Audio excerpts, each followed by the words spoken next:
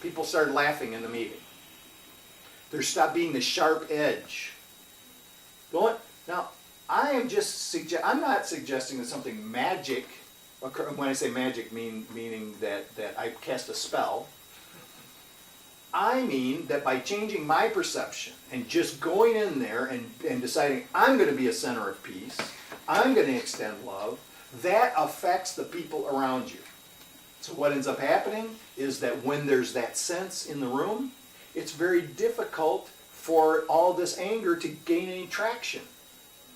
You know, you've seen it happen many times when somebody wants to start an argument and the other person will not cooperate and just stays nice. It's impossible to start an argument with them. Oh yes, at first you can even get madder. You can even get more upset because they won't. But eventually the energy just drains out of it. And you just can't do it. So I just experienced it firsthand. And I know, because I didn't do it every week, that when I did it, things were pretty cool. I still didn't like it too much going in there, the drive and all that sort of thing. But there was none of this bloodletting going on. So what I'm suggesting here is, you don't have to tell the president of the company that he's it's going to say something inappropriate. You don't have to tell him. You don't have to like be a lecturer and try to correct somebody. You just listen. I can help you if you just listen to my advice. We don't even have to do that. What we're talking about here is an inner change, something that happens within us when we wake up. Now, let me do this. Let me just give love. I don't have to say anything, okay? Because all of that is just judgment and criticism, and it just poisons the well. So let me just give love. From that awakened point of view, extending love to the situation, we will see that other people are affected. Yes, it may not work perfectly, but the only reason it doesn't work perfectly is that I guess we could say it's a mystery, but at some level, we actually don't want it to work perfectly. Again, please don't feel guilty about that. Let's just keep working on it. We keep working on it. And what ends up, because here's what happens when we change our ideas, when we change our thinking about what's going on in the world changes.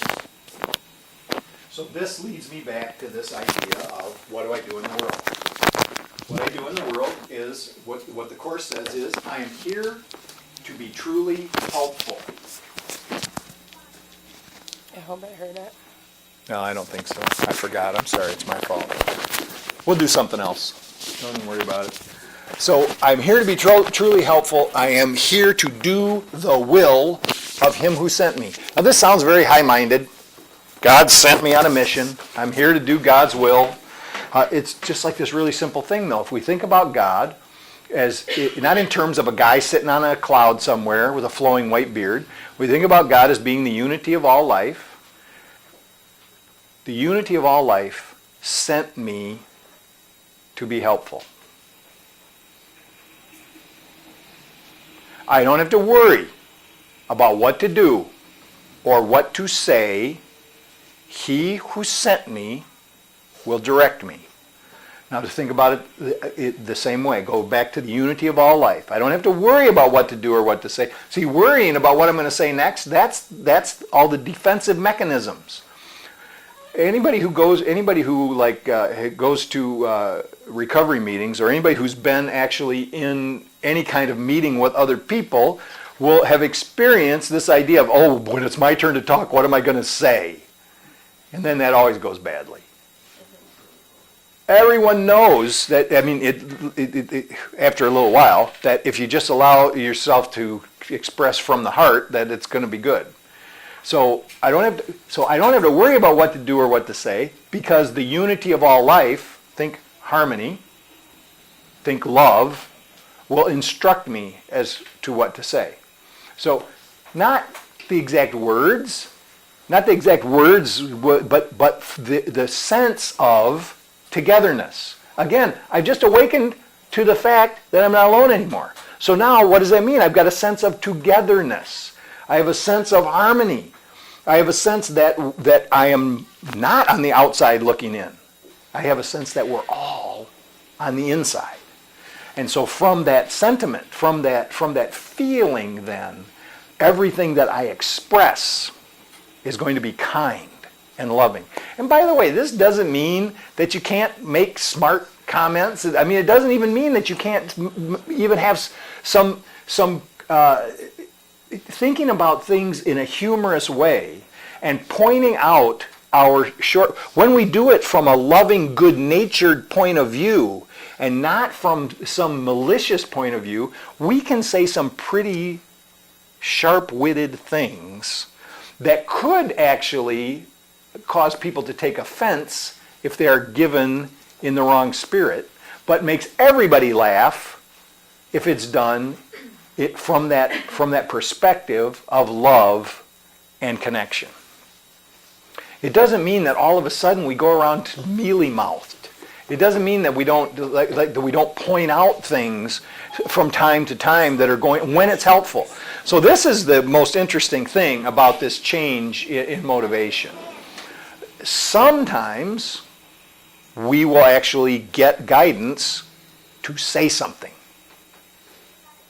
Sometimes we will get guidance to not say anything. Sometimes our guidance will be to do something kind, to actually take action in the world. Sometimes our guidance will be, don't do anything. Stop. Just sit quietly. Wait for a second. See what's next. So now the issue here is I have to continue to remember that I'm not alone. I'm not alone. We are together.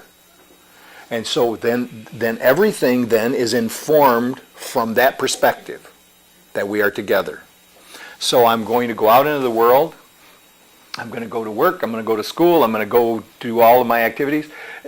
Actually, this spiritual path that I'm describing would be a path where you don't change anything that you do in the world at all, except when you if you finally realize that the activity itself is harmful to you, harmful to others. But you don't change any of your activity. It's not about like joining the monastery. It's not about going living in a cave. It's not about separating from the world. It's about engaging in the world from that perspective of love, of connection, of being together. So we establish that the common welfare is our welfare. We decide we don't have to be the boss of anybody. I'm just going to run through this really quick, and then we're going to, in the next few weeks, we'll talk a little bit about more specific things. But I'm going to decide that I really don't have to be the boss of anyone. I just had a conversation with somebody who was so worried about being the boss and needing to get the respect and all worked up over the hierarchy of things. And I said, sometimes we're in a position of responsibility in an organization, and so we have to be. But what we want to be is leaders.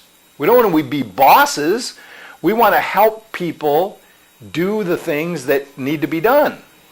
So this is the second thing that occurs in this new motivation.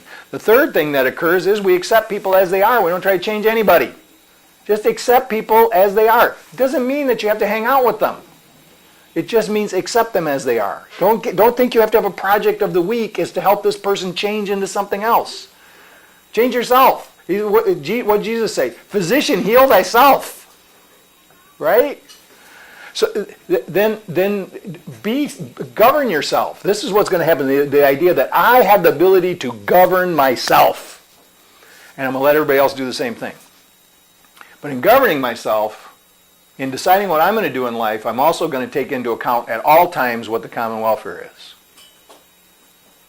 The fifth thing that I'm going to understand is that I have to have a purpose in life. I need to know what it is, and I need to be about my purpose. Otherwise, I'm not going to be fulfilled at all. The sixth thing is that I'm not going to allow the issues of the ego to interfere with my purpose, because as soon as that happens, I go back to sleep. I lose the awakening. The seventh thing is I'm going to carry my own weight, but I'm going to allow other people to do the same. But if I need help, I'm going to remember I'm not alone, and I'm going to ask for that help. The eighth thing is that I'm going to realize that we're all equal, that we are all of equal value. All of us equal. No matter what our position is with a company, no matter what our degree is, no matter what our title might be in one place or another, that we are all of equal value. The ninth thing is I'm going to share this responsibility. I'm not responsible for changing the world on my own as far as outer actions go. I'm responsible for changing my own perception, but then part of that whole thing is to realize that we're all in this together. So let me share that responsibility for the things we do with those who we do it. The 10th thing is that I'm going to stop having opinions about things that don't have anything to do with me. What do I have to have an opinion about something that somebody else is doing that has absolutely nothing to do with me? One of the disciples comes to Jesus and he gives a report. This guy's doing this and that and the other thing, and Jesus says, what has that to do with you? No judgment whatsoever about the activity. This is like really important. To stay awake, we've got to stop having all this gossip-minded stuff going on. It's just judgment. It's judgment that all it does is it puts us back to sleep. It separates us from others. The 11th is to be intimate. The 11th thing is to say, I'm going to show you who I really am.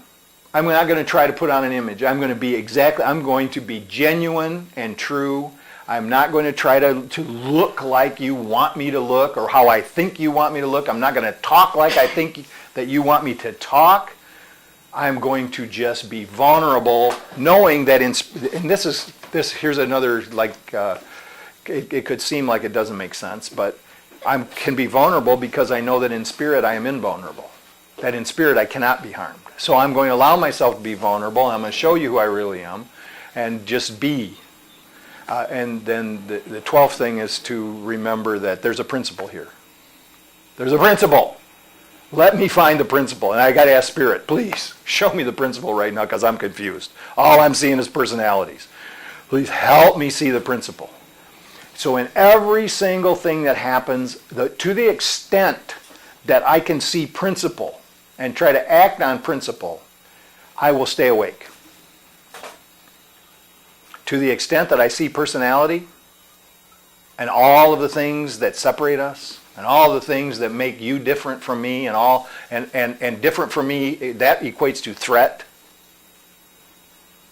To the extent that I go that way, that's when I go back to sleep. And I dream a dream that is not pleasant.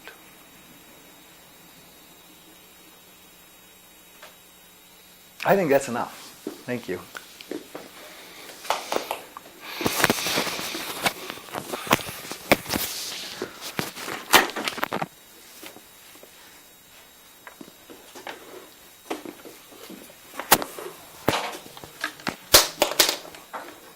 By the way, that phone call, that was the Democratic National Committee calling for money.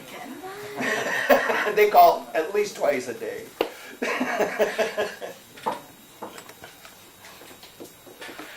I don't mind.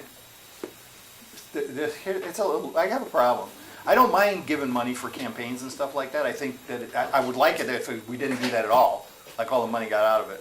But what I'm trying to figure out is how come you have to give money to get legislation passed? That seems weird to me. That seems like there's something that's weird. I know that's the way it is, but it's weird. And this is one of the things, Gary, stop cooperating with that. Okay? It's ransom. All right.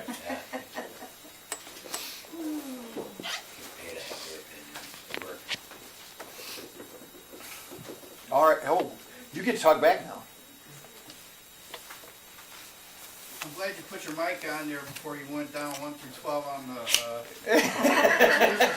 It was funny because I was in a meeting on Thursday, and it was like a pick a stick. It was out in Iowa, and it was applying spiritual principles, and I had never thought about like each principle in the traditions before, really. So. I'm gonna have to play that one back, right? Okay, well, we'll see what's actually here, and if it's not good, it won't be the same, because I just do it off the cuff. Yeah, but right. I'll do it again. No, I appreciate So it. get it up on the website. The breakfast story in that version. breakfast story didn't get on there. Oh, maybe it did. We'll see.